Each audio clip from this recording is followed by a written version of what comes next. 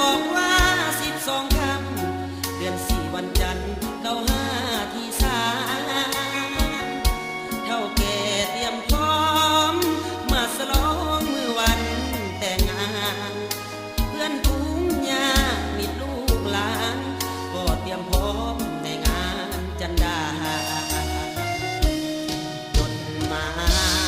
ยบัตรเชิญอายก็ยินดีแต่มันสามใจเหลือดีสัวหรือดีก็มีคำลาจนกว่าจะหูหมดทางสู้แล้วน้องจันดาเป็นยังบ่บอกให้มาว่าน้องจันดาเป็นคนหลายใจยินดีให้เจ้าเข้าสู่วิวาเป็นสุขเสด็จจันดาส่งบัตรมาพร้อมกับน้ำใจ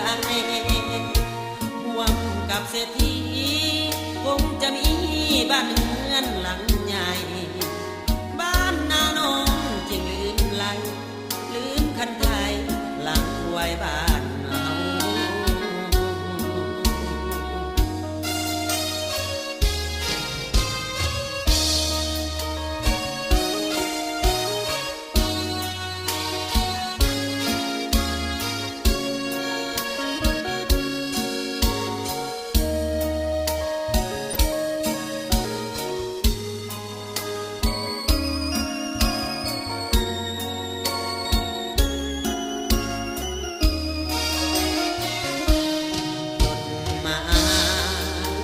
บัตรเชิญอายก็ยินดีแต่มันสามใจเหลือทีส่วนดีก็มีคำลาจนกว่าจะหูหมดทางสู้แล้วน้อจันดาเป็นยัง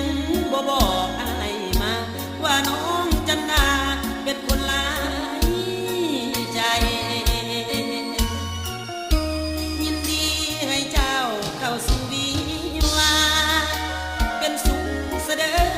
จจันดาส่งบัตรมาพร้อมกับน้ำใจร่วมกับเศรษฐีคงจะมีบ้านเรือนหลังใหญ่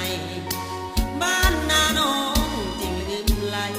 ลืมคันไทยหลังควยบ้าน